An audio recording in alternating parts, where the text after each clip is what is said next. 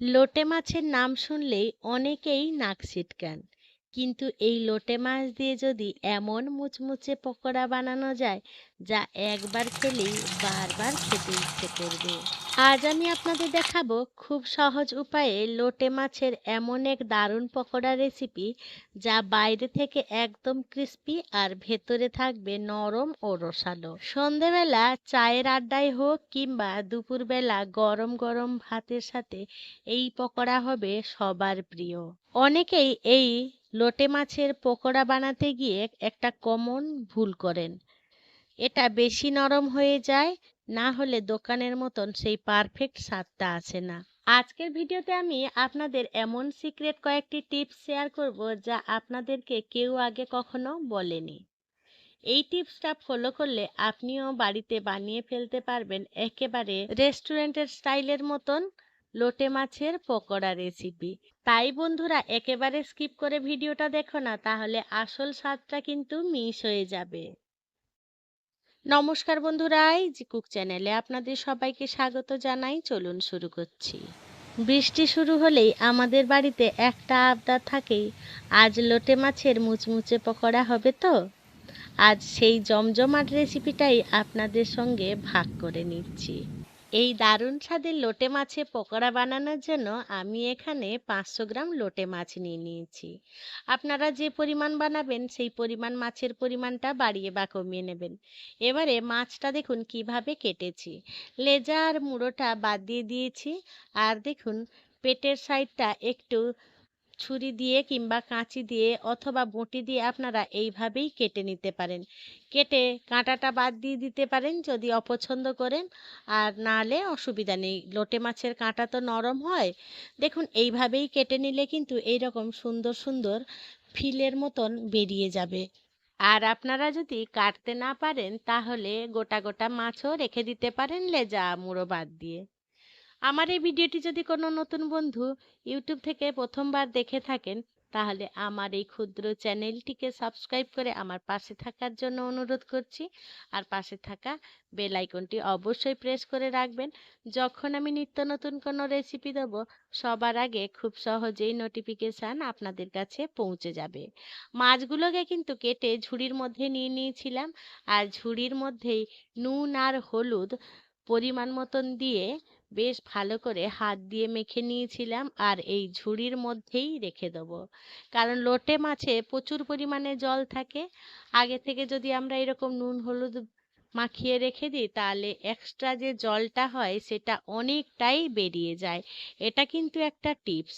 তাহলে পকোড়া ভাজার সময় মাছের এক্সট্রা যে জলটা হয় সেটা কিন্তু থাকবে না। তাই যখনই লোটে মাছের পকোড়া বানাবেন, প্রায় আধ ঘন্টা থেকে 1 ঘন্টা মতন এইরকম নুন হলুদ মিশিয়ে একটা ঝুড়িতে রেখে দেবেন, তাহলে এক্সট্রা জলগুলো বেরিয়ে যাবে। তো মাছগুলো আমার এদিকে মেরিনেট হয়ে জল ঝরতে থাক। আর অন্যদিকে চলুন একটা মশলা বানিয়ে নিই। তার জন্য ছোট একটা মিক্সি গ্রাইন্ডারে জার নিয়ে নিয়েছি। তাতে বেশ খানিকটা রসুন দিয়ে দিলাম।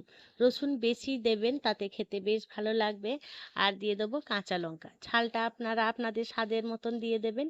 এবারে দিয়ে দেবো 2 ইঞ্চি মতন আদা। এবারে দিয়ে দেবো একটা বড় সাইজের পেঁয়াজ। এবারে দিয়ে দেবো বেশ খানিকটা ধনেপাতা।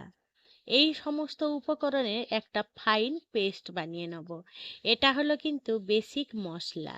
এইটা দিয়ে বানালে পকোড়াটা রেস্টুরেন্টের স্বাদ এনে দেবে। তাই এই সমস্ত উপকরণ আমি দেখুন ফাইন পেস্ট বানিয়ে নিয়ে চলে এসেছি। এবারে এটাকে সাইডে রেখে দিলাম। প্রায় ঘন্টা খানেকের পর আমি মাছগুলো দেখুন তুলে নিয়েছি, অনেকটাই জল বেরিয়ে গেছিল। এবার সেটা আর দেখালাম না, এবারে একটা বাটির মধ্যেই নিয়ে নিয়েছি। এবারে দিয়ে দেবো একটা পাতি লেবুর রস। এই লেবুর রসটা দিলে এই লোটে মাছে যে একটা অন্যরকম গন্ধ থাকে, আর যেটা অনেকেই সহ্য করতে পারেন না, সেটা কিন্তু অনেকটাই চলে যাবে। তাই দ্বিতীয় টিপস হিসেবে এই লেবুর রসটা অবশ্যই দেবেন।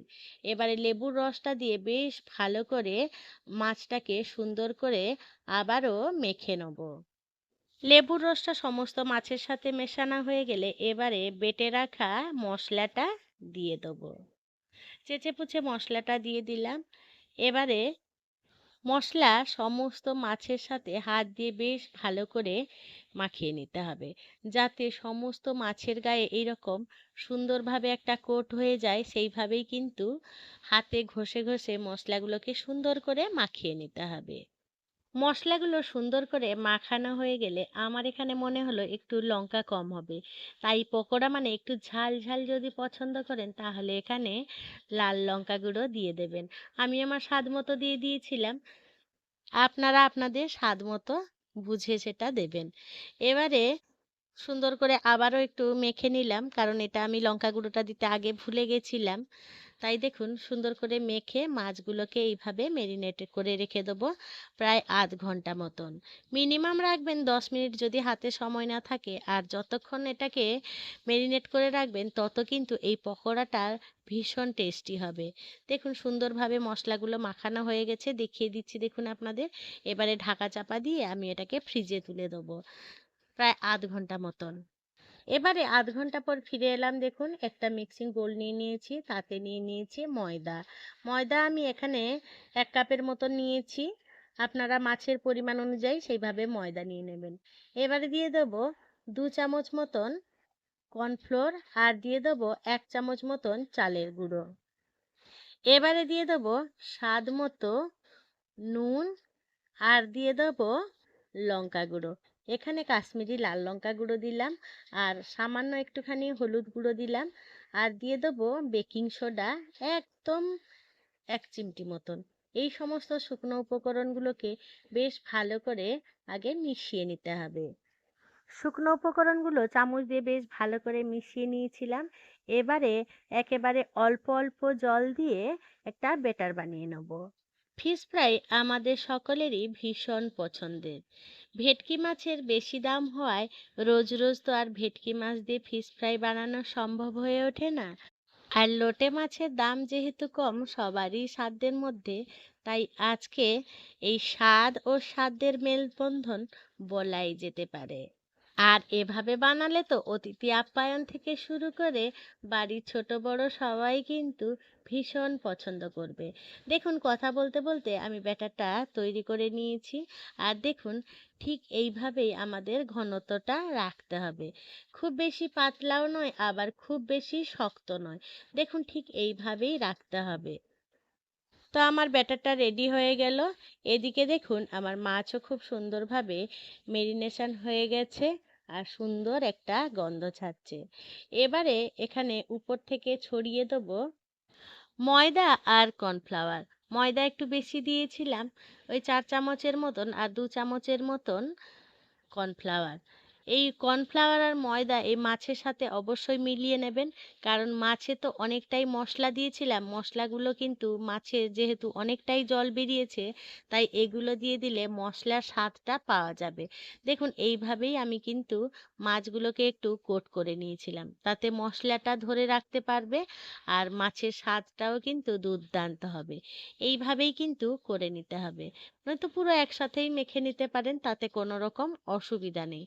দেখুন এইভাবেও করে নিতে পারেন, আমি এখানে দুটো পদ্ধতি দেখিয়ে দিচ্ছি, সেইভাবেও করে নিতে পারেন। এইভাবে শুকনো অবস্থায় রেখে দিলেও রেখে দিতে পারেন, আবার দেখুন একসাথে মেখেও মানে করে নিতে পারেন। দেখেই বুঝতে পারছেন তো বন্ধুরা, এইভাবে যদি মেখে নেন তাহলে মশলার স্বাদটা পাওয়া যাবে। আপনাদের যেটা সুবিধা হবে সেইভাবেই করে নেবেন, আমি কিন্তু এইভাবেই করে নিয়েছি। এবারে দেখুন এদিকে কড়াইতে তেল বসিয়ে দিয়েছি গরম হতে। তেলটা গরম হওয়া পর্যন্ত আমরা অপেক্ষা করব। তেলটা যেই ভাজার মতন গরম হয়ে আসবে, তখন একটা মাছের ফিলে নিয়ে নিয়েছি। দেখুন একেবারে মশলা শুদ্ধ। এবারে বেটারের মধ্যে ডিপ করব, আর ডিপ করে ওই তেলের মধ্যে আমরা ছেড়ে দেবো। এই টিপসগুলো যদি ফলো করেন তাহলে একেবারেই এই লোটে মাছ থেকে একেবারেই জল বেরোবে না, আর এর স্বাদ কিন্তু মুখে লেগে থাকবে। কড়াইতে তেলের পরিমাণ অনুযায়ী আমি এখানে দুটো মাছ ছেড়ে দিলাম। এখানে অবশ্য মিডিয়াম টু হাইতে রেখে এই লোটে মাছটা ভাজবেন, একেবারে লো হিটে ভাজবেন না, তাতে মাছটা কিন্তু গলে যাবে আর পকোড়াটা একেবারেই মুচমুচে হবে না কিন্তু। এবারে উল্টে পাল্টে একটা সোনালি কালার আসা পর্যন্ত আমাদের কিন্তু ভেজে নিতে হবে। লোটে মাছ ভাজার সময় কিন্তু গ্যাসের ফ্লেম অবশ্যই হাইতে রাখবেন, এটা অন্য কোনো মাছের মতো হবে না যে আমরা লো টু মিডিয়াম আঁচে রেখে রান্না করব। দেখুন মাছ ভাজাটা আমার হয়ে গেছে, তেল ঝরিয়ে আমি তুলে নিয়েছি। দেখুন কতটা সুন্দর আর কতটা লোভনীয় হয়েছে দেখতে। লোটে মাছের ফিশ ফ্রাই দেখে বোঝার একেবারেই উপায় নেই যে এটা লোটে মাছ দিয়ে তৈরি হয়েছে। আগে যে মাছ দুটো ফিলে আমি এইরকম কোট করে নিয়েছিলাম, সেটাও দেখুন আপনাদেরকে দেখিয়ে দিচ্ছি। এইভাবে ময়দার মধ্যে সেই একই পদ্ধতিতে ডিপ করে নিতে হবে। এবারে মিডিয়াম টু হাই ফ্লেমে এটাকেও ভাজা করে নিতে হবে। এই একই পদ্ধতি অবলম্বন করে আমি সমস্ত লোটে মাছগুলো ভেজে নিয়েছিলাম। আমার স্বামী এই রেসিপিটি খেয়ে বলল রেস্টুরেন্টেও ফেল আমার বউর হাতের রান্নার কাছে, কারণ এটা এতটাই সুন্দর আর এতটাই সুস্বাদু হয়েছিল, একদম জিভে জল আনার সাথে। তো বন্ধুরা, আজকে আমার এই লোটে মাছের ফিশ ফ্রাই আপনাদের কেমন লাগলো সেটা কিন্তু কমেন্টে জানাতে একেবারেই ভুলবেন না। যদি কোনো অংশে একটুও ভালো লেগে থাকে তাহলে ছোট্ট একটা লাইক করে দেবেন। আপনাদের এই ছোট্ট ছোট্ট লাইক আমাকে অনেক ইন্সপায়ার করে নিত্য নতুন রেসিপি বানানোর জন্য। আর যদি খুব বেশি ভালো লেগে থাকে বন্ধু বান্ধব কিংবা প্রিয়জনদের সাথে শেয়ার করে তাদেরও দেখার সুযোগ করে দেবেন। আমি কাসুন্দি আর পেঁয়াজ দিয়ে পরিবেশন করে নিয়েছিলাম। আপনারা আপনাদের পছন্দ মতন পরিবেশন করে নেবেন। তো বন্ধুরা, আমার সাথে থেকে পাশে থেকে আপনাদের মহামূল্যবান সময় দিয়ে লোটে মাছের এই মুচমুচে পকোড়ার রেসিপিটি দেখার জন্য আপনাদের সকলকে জানাই অসংখ্য অসংখ্য ধন্যবাদ। আপনারা ভালো থাকবেন, সুস্থ থাকবেন। দেখা হবে পরের কোনো নিত্য নতুন রেসিপিতে।